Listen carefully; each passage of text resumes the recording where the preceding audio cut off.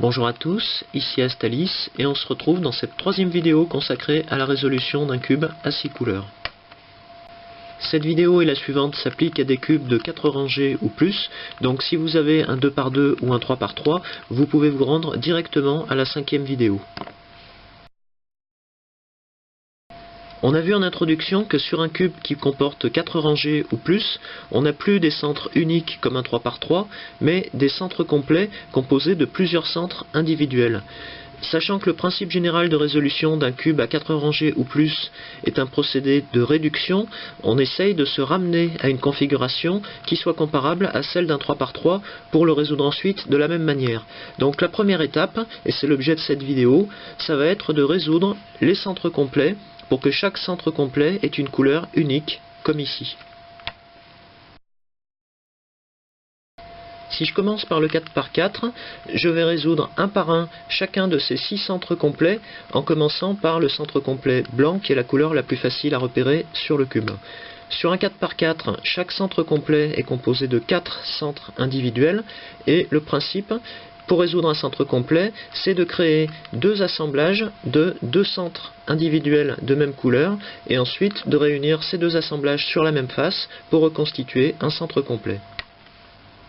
Pour commencer la résolution de ce premier centre complet blanc, on va repérer 2 centres blancs isolés sur le cube, et en orientant la face de l'un d'eux de manière à pouvoir venir le placer à côté de l'autre, on peut tourner ensuite la moitié du cube pour créer un premier assemblage de 2 centres blancs mitoyens. On peut répéter l'opération pour créer un deuxième assemblage de 2 centres blancs. Ici on a un centre blanc sur cette face et un centre blanc sur celle-ci. Donc on pourrait simplement tourner le cube comme ceci pour créer ce deuxième assemblage. Le problème, c'est qu'ici on a le premier assemblage qui est déjà présent. Et lorsqu'on tourne la moitié droite du cube, pour amener ce centre blanc à côté du premier, on détruit cet assemblage ici. Donc, pour s'en sortir, sur un 4x4, on a toujours moyen d'isoler un assemblage déjà créé, vers la gauche dans ce cas-là, pour ensuite créer un deuxième, tout en conservant le premier. Et ainsi, une fois que les deux assemblages sont prêts, on les oriente convenablement l'un par rapport à l'autre et on peut assembler le centre complet blanc qui est donc résolu. Pour assembler 2 centres blancs qui se trouvent sur la diagonale d'une même face, il suffit d'isoler l'un des 2 centres blancs sur une face voisine. On tourne cette face de manière à amener ce centre blanc dans une position qui lui permettra de revenir à côté de l'autre, et on ramène la moitié du cube pour terminer cet assemblage. On peut rencontrer aussi le cas de 3 centres qui sont déjà assemblés et d'un 4e centre qui se retrouve isolé sur une autre face. Donc dans ce cas de figure, pour reconstituer le centre complet, on va orienter le centre isolé de manière que, par rotation de la moitié du cube, il puisse venir remplacer le centre qui constitue l'angle du L. Donc, je tourne cette moitié du cube pour obtenir cet assemblage de 2 centres. Pour conserver ce nouvel assemblage, on va l'isoler dans la moitié du cube qui est restée fixe, donc ici la gauche, et on peut ensuite ramener l'autre moitié pour terminer la résolution de ce premier centre complet. Un aspect essentiel des cubes pairs comme ce 4x4, pairs par le nombre de pièces qu'ils comportent par côté, c'est que lorsqu'on tourne une de ces faces, on s'aperçoit que cette face ne comporte aucun centre individuel fixe, contrairement à ce qui se passe par exemple sur un 5x5 où on a un centre individuel fixe qui impose sa couleur au reste de la face quand le cube est résolu. Sur un 4x4, ce n'est pas le cas, et donc la couleur de chaque face n'est pas imposée. Donc ce sera à nous de la choisir, et il faudra absolument respecter pour ça la disposition standard des 6 couleurs sur un cube à 6 couleurs, sans quoi on sera incapable de le résoudre. Donc dans cet exemple, on a ici la face dont le centre complet est blanc, donc il faut s'attendre à ce que la face opposée soit la face jaune. Et la meilleure façon de voir que chaque centre individuel d'un 4x4 est mobile, c'est que sur cette face qui est censée être la face jaune, on n'a actuellement aucun centre individuel jaune. C'est justement par ce centre complet jaune qu'on doit placer ici à l'opposé du centre complet blanc qu'on va poursuivre la résolution de ce cube. Donc pour le construire, on va se servir des mêmes principes, c'est-à-dire qu'on va chercher à obtenir dans un premier temps deux assemblages de deux centres individuels jaunes comme ici. Dans cet exemple, on a vu que la création de cet assemblage n'a pas détruit le centre complet blanc, ce ne sera pas toujours le cas. Par exemple, ici j'ai repéré un centre jaune individuel sur cette face et un autre centre jaune sur celle-ci. Donc je peux tourner cette face et tourner ensuite la moitié du cube pour créer cet assemblage de centres jaunes. Le problème c'est qu'ici on s'aperçoit qu'on a entraîné dans la rotation la moitié du centre complet blanc qui était ici. Donc il va falloir qu'on la ramène à sa place et pour ça, l'assemblage de centres jaunes qu'on vient de créer, on va l'isoler dans la moitié du cube qui n'a pas tourné, donc ici la gauche, et ça va nous permettre de ramener la moitié du centre complet blanc à sa place. Donc ici on a notre centre complet blanc qui a retrouvé ses quatre centres individuels, et ici on a un nouvel assemblage de centres jaunes. Cet aspect de mise à l'abri, de protection d'un nouvel assemblage, on la retrouvera à de très nombreuses occasions sur tous les cubes de 4 rangées et plus, donc c'est important de la maîtriser pour la suite. On a une autre illustration de ce principe dans cet exemple. Ici, le centre complet blanc est sur cette face, et on a réalisé un assemblage de centres jaunes ici. La face jaune, pour l'instant, ne comporte aucun centre individuel jaune, donc on peut, par exemple, amener ce premier assemblage sur cette face. Le problème, c'est que si on tourne cette moitié de cube, on entraîne aussi la moitié du centre complet blanc qui se trouve en dessous. Donc, ce qu'on va faire, c'est que cet assemblage de centre jaune, on va l'isoler dans la moitié opposée du cube et on pourra ramener la moitié du centre complet blanc à sa place. Ici on se trouve dans une situation typique, on a le centre complet blanc sur la face inférieure, sur la face supérieure, donc la face opposée, on a un premier assemblage de centre jaune qui est donc déjà à sa place, et sur la face avant, le deuxième assemblage de centre jaune.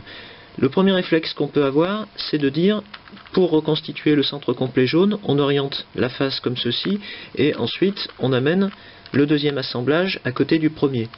Le problème, c'est que dans cette dernière rotation, on a entraîné une fois de plus la moitié du centre complet blanc, donc on s'aperçoit que ce n'est pas la bonne solution.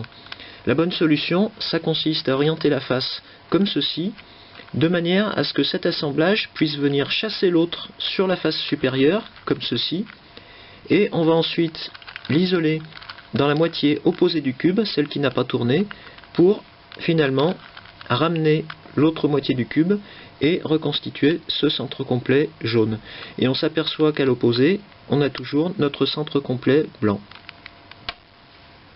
Si on s'est trompé de face pour reconstituer le centre complet jaune, comme ici où il se trouve à côté du centre complet blanc et pas à l'opposé comme il le devrait, on peut rétablir la situation en transportant en quelque sorte ce centre complet jaune par moitié sur la face où il est censé se trouver. Donc voilà comment on procède. On emmène une moitié de ce centre complet jaune sur la face où il est censé se trouver. On tourne de 180 degrés cette face pour l'isoler et on peut ramener la moitié du cube qu'on venait de tourner. Ici on se trouve alors dans la situation que j'ai décrite auparavant. Cet assemblage ici peut venir chasser celui-là sur la face supérieure, comme ceci. On peut tourner à nouveau de 180 degrés la face supérieure et ramener l'autre moitié du centre complet jaune.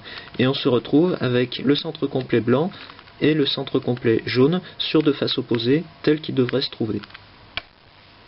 En appliquant exactement les mêmes principes que pour le centre complet jaune, on peut passer maintenant à la résolution d'un troisième centre complet, par habitude je choisis le rouge, sur une des 4 faces qui comportent actuellement des centres complets dans un état quelconque. Une fois qu'on a résolu le centre complet rouge, on peut passer au centre complet suivant, et par habitude je choisis le centre complet bleu. Mais ce centre complet bleu, on doit d'abord regarder sur quelle face on va le construire. Alors, dans la disposition standard des 6 couleurs d'un cube, on se souvient que les trois couleurs bleu, blanc, rouge, on doit les trouver dans le sens contraire des aiguilles d'une montre. Donc ici j'ai mon centre blanc, ici j'ai mon centre rouge. Si je fais bleu, blanc, rouge, je suis bien dans le bon sens, ce qui signifie que le bon centre complet bleu, je vais devoir le construire sur cette face. Lorsque le centre complet bleu est résolu, on vérifie une dernière fois qu'on a bien les couleurs bleu, blanc, rouge dans le sens contraire des aiguilles d'une montre autour d'un coin du cube, et on va pouvoir s'occuper de la résolution des deux derniers centres complets, l'orange et le vert. En pratique, il suffit d'en choisir un, disons l'orange, puisque la résolution du cinquième centre complet du cube entraînera en parallèle la résolution du sixième et dernier centre complet, et pour savoir sur quelle face placer ce centre complet orange, il suffit de se souvenir que sur la disposition standard d'un cube à 6 couleurs, on trouve la face orange à l'opposé de la face rouge, donc ce sera cette face. Au terme de cette partie de la résolution, on se retrouve donc avec un cube 4×4 dont les 6 centres complets sont résolus. Pour éviter toute mauvaise surprise par la suite, il vaut mieux vérifier une dernière fois que la disposition des couleurs est respectée. On peut commencer en vérifiant que les couleurs bleu, blanc, rouge se trouvent bien dans cet ordre, dans le sens contraire des aiguilles d'une montre autour d'un coin du cube, que à l'opposé de la face blanche, on trouve la face jaune, à l'opposé de la face rouge, on trouve la face orange, et à l'opposé de la face bleue, on trouve bien la face verte. Si je passe maintenant au 5×5, cette partie de la résolution va être un petit peu plus longue, mais un peu plus facile en un sens, puisque sur un 5×5, on a un centre fixe sur chaque face, et ce centre fixe va imposer sa couleur à l'ensemble du centre complet que je vais commencer à reconstituer. Contrairement à un 4×4, ici on ne va pas créer des assemblages de 2 pièces, mais de 3 pièces. Donc si je commence par le centre complet noir, la première chose que je vais chercher à faire, c'est à construire un alignement que j'appellerai alignement central, à savoir un alignement vertical ou horizontal de 3 centres qui passe par le centre fixe de la face. Ensuite cet alignement, on va le compléter de 2 autres alignements qui seront cette fois-ci des alignements externes, c'est-à-dire des alignements qui se situent en bordure de centre complet. Donc je vais essayer d'en construire un. Ici j'ai déjà 2 pièces, et la troisième, la voilà. Donc ici j'ai un alignement externe que je vais pouvoir ensuite, en tournant comme il faut les faces, ramener à côté de l'alignement central. Et on refera exactement les mêmes opérations pour amener le deuxième alignement externe sur la face pour terminer le centre complet. Rapidement, on va être confronté au même problème qu'on a déjà rencontré dans le cas du 4×4. Ici par exemple, j'ai un alignement externe en cours de construction, il ne manque plus que ce centre. Ce centre, il se trouve qu'il est sur cette face, donc pour l'amener à côté des 2 autres, il me suffit de faire ça. Le problème, c'est que si j'effectue cette rotation, je vais détruire mon centre complet noir en cours de construction sur la face d'à côté. Donc pour pouvoir ramener cette rangée en sens contraire, il faut d'abord que j'isole cet alignement à un autre emplacement, par exemple celui-ci, pour libérer cette rangée et pouvoir ensuite la ramener en position, ce qui permet de reconstituer le début de mon centre complet noir sur cette face et de conserver cet alignement externe sur celle d'à côté. Ensuite, il ne me reste plus qu'à amener ce nouvel alignement à côté des 2 autres pour compléter mon centre complet noir. Autre illustration de ce principe, j'ai mon centre complet noir ici, et je veux commencer le centre complet sur la face opposée, le centre complet jaune. J'ai un centre ici que je peux placer facilement à côté du centre fixe jaune, mais dans cette rotation, j'ai emmené avec moi une partie de mon centre complet noir. Donc, pour pouvoir ramener cette rangée dans sa position première, je dois d'abord isoler cet assemblage, et en particulier ce centre jaune, sur un emplacement qui ne sera pas dans cette rangée. Je peux le laisser ici, je pourrais aussi bien le mettre là ou là, ça reviendrait au même. Dans tous les cas, je peux ramener cette rangée dans sa position première pour reconstituer le centre complet noir. De façon générale, chaque fois qu'on crée un nouvel assemblage sur le cube, on doit toujours se demander et vérifier si on n'en a pas détruit un autre avec une certaine rotation. Dans ce cas-là, il faudra appliquer constamment ce principe de mise à l'abri et d'aller et retour. Ici par exemple, je vais retrouver la même situation en amenant un troisième centre ici pour compléter cet alignement central. Si j'amène le centre qui est ici, j'ai bien mon alignement complet et j'ai à nouveau une partie du centre noir qui a été entraînée dans la rotation. Ici je dois isoler non pas 2 mais 3 pièces, un alignement de 3 pièces, donc je n'ai plus qu'une seule possibilité pour l'isoler ailleurs que dans la rangée qui vient de tourner, c'est de le mettre à la verticale comme ceci, et je peux ramener ensuite la partie gauche du cube dans sa position première pour reconstituer le centre complet noir. Une fois qu'on a notre alignement central créé sur la face jaune, on va la compléter avec 2 alignements externes. Pour ça, pour simplifier la vie, on va disposer le cube comme ceci, avec les faces noires et jaunes sur les côtés gauche et droite du cube, ce qui me permet ensuite d'utiliser librement ces rotations sans détruire ce que j'ai sur les deux faces. Je peux également tourner les faces individuellement, puisqu'on a vu que ça ne change rien dans le contenu d'un centre complet. Donc en procédant ainsi, je vais pouvoir construire très rapidement un alignement externe, comme celui-ci, que je vais ensuite pouvoir venir placer à côté de l'alignement central sur la face jaune.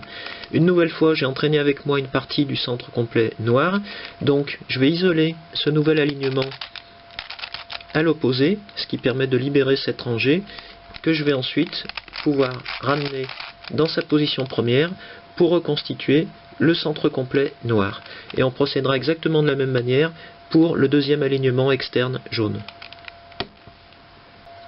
Alors de la même manière, oui, à une nuance près, c'est que lorsqu'on a préparé le deuxième assemblage externe, comme ici, pour l'amener à côté des deux autres, on ne va pas procéder comme ceci, puisqu'en faisant ainsi, on a bien reconstitué le centre complet jaune, mais on a aussi détruit à nouveau le centre complet noir. Donc plutôt que de procéder ainsi, on va disposer ce nouvel assemblage externe de manière qu'il puisse venir chasser l'autre assemblage externe sur la face jaune, comme ceci. Ensuite, on va faire tourner cette face de 180 degrés et on pourra ramener cette partie du cube dans sa position première, ce qui permet à la fois de reconstituer le centre complet jaune et le centre complet noir. En reprenant ces différents principes, on peut reconstituer deux autres centres complets sur le 5 par 5. Ici, j'ai reconstitué par exemple le centre complet bleu et le centre complet rouge, car j'ai l'habitude de les reconstituer dans le même ordre que celui que j'utilise sur un 4 par 4. Mais on pourrait s'appuyer évidemment sur les centres fixes pour les reconstituer dans n'importe quel ordre. Le but de la manœuvre, c'est d'arriver avec les deux derniers centres complets à reconstituer sur deux faces voisines comme ici. Il nous reste donc à reconstruire les centres complets orange et vert. Pour résoudre ces deux derniers centres complets, on va voir qu'on est beaucoup plus limité dans nos mouvements, puisqu'on ne peut plus préparer un assemblage sur une face voisine, sachant que toutes les faces voisines ont déjà des centres complets résolus. Donc la seule possibilité qui nous reste, c'est d'échanger des pièces entre ces deux faces. Alors on peut déjà reconstituer l'essentiel des centres complets avec les mouvements qu'on connaît. Par exemple, je peux créer un premier alignement central ici, et je n'oublie pas de rétablir les choses en ramenant cette partie du cube dans sa position première. De la même façon, je peux compléter cet alignement central avec cet alignement externe, et je rétablis une nouvelle fois la situation comme ceci. Et on arrive à une étape où on se retrouve avec des centres isolés qu'il va falloir échanger entre les deux faces. Et pour ça, on va faire appel à une technique expliquée par un certain Charlie Vandross, que je salue au passage, et qui va beaucoup nous simplifier les choses. Cette technique, elle va nous permettre d'échanger individuellement des centres entre ces deux faces, du moment que les deux centres occupent la même position sur les deux faces et se situent tous les deux dans le quart supérieur gauche de chaque face, en incluant les rangées centrales dans le cas d'un cube impair comme ce 5 par 5.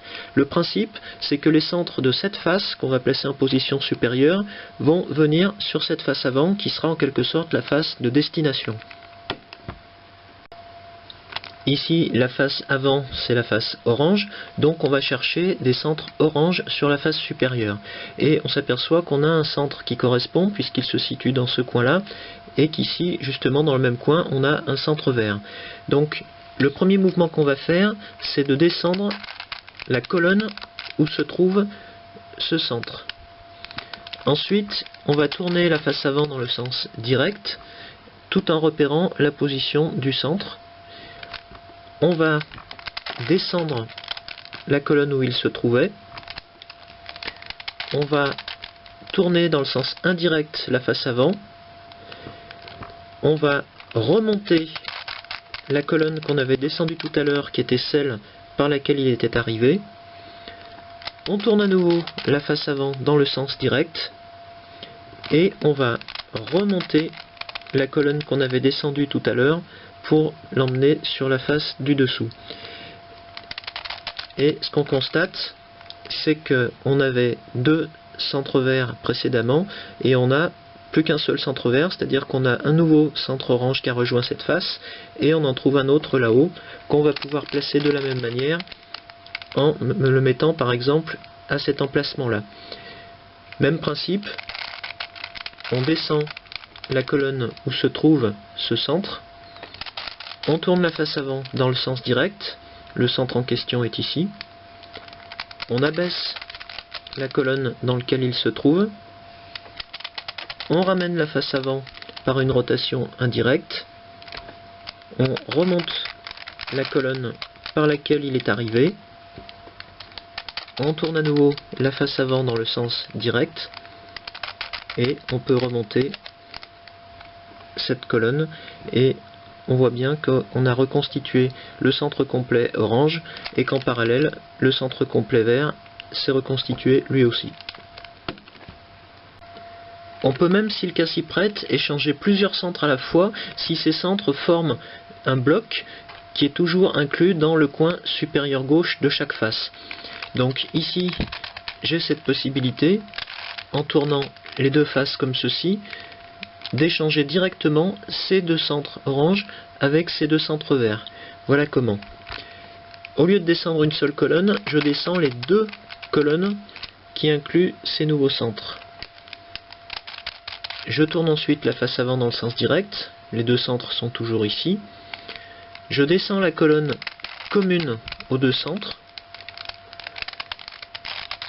Je ramène la face avant en sens contraire. Je remonte les deux colonnes par lesquelles sont arrivés les deux nouveaux centres. Je tourne à nouveau la face avant dans le sens direct. Et je remonte la colonne commune aux deux nouveaux centres. Et là aussi, mes deux centres complets sont reconstitués. Je passerai rapidement sur le 6 par 6, puisque sur ce cube on peut appliquer les mêmes règles générales et les mêmes précautions d'usage que sur le 4 par 4. Simplement, ici on devra construire des alignements de 4 pièces. On a par exemple des alignements internes, on en a 2, et 2 alignements externes. On peut construire ces alignements d'ailleurs dans n'importe quel ordre pour constituer chaque centre complet. Lorsqu'on doit ajouter un alignement sur une face et qu'on ne peut pas le faire sans détruire temporairement un autre centre complet, on doit bien veiller à ce que cet alignement ne vienne pas simplement se mettre à côté d'un autre, mais vienne chasser un autre alignement de même nature. Donc ici j'ai un alignement interne qui va venir chasser un autre alignement interne sur la face du dessus, et ensuite je peux tourner de 180 degrés ma face et ramener l'autre alignement contre le premier. Et je vois que j'ai toujours mon centre complet intact. Comme sur le 5 par 5, on pourra s'aider de la technique d'échange de centres pour terminer la résolution des deux derniers centres complets. Avec le 7 par 7, on retrouve un cube impair et donc des centres fixes sur chaque face. Donc on applique le même type de résolution que sur un 5 par 5 en constituant d'abord les alignements centraux et en s'occupant ensuite des autres. Donc ici les deux alignements internes et les deux alignements externes qu'on pourra construire d'ailleurs dans n'importe quel ordre pour chaque centre complet. Une fois qu'on a compris le principe et qu'on fait bien le distinguo entre les cubes pairs et impairs, on pourra l'appliquer à un cube de n'importe quelle taille, donc on sait résoudre les centres complets d'un cube de n'importe quelle taille. Maintenant que les 6 centres complets de notre cube sont résolus, il reste, pour le ramener à une configuration équivalente à celle d'un 3 par 3, à résoudre ces arêtes complètes. Et c'est justement l'objet de la prochaine vidéo où je vous retrouve tout de suite.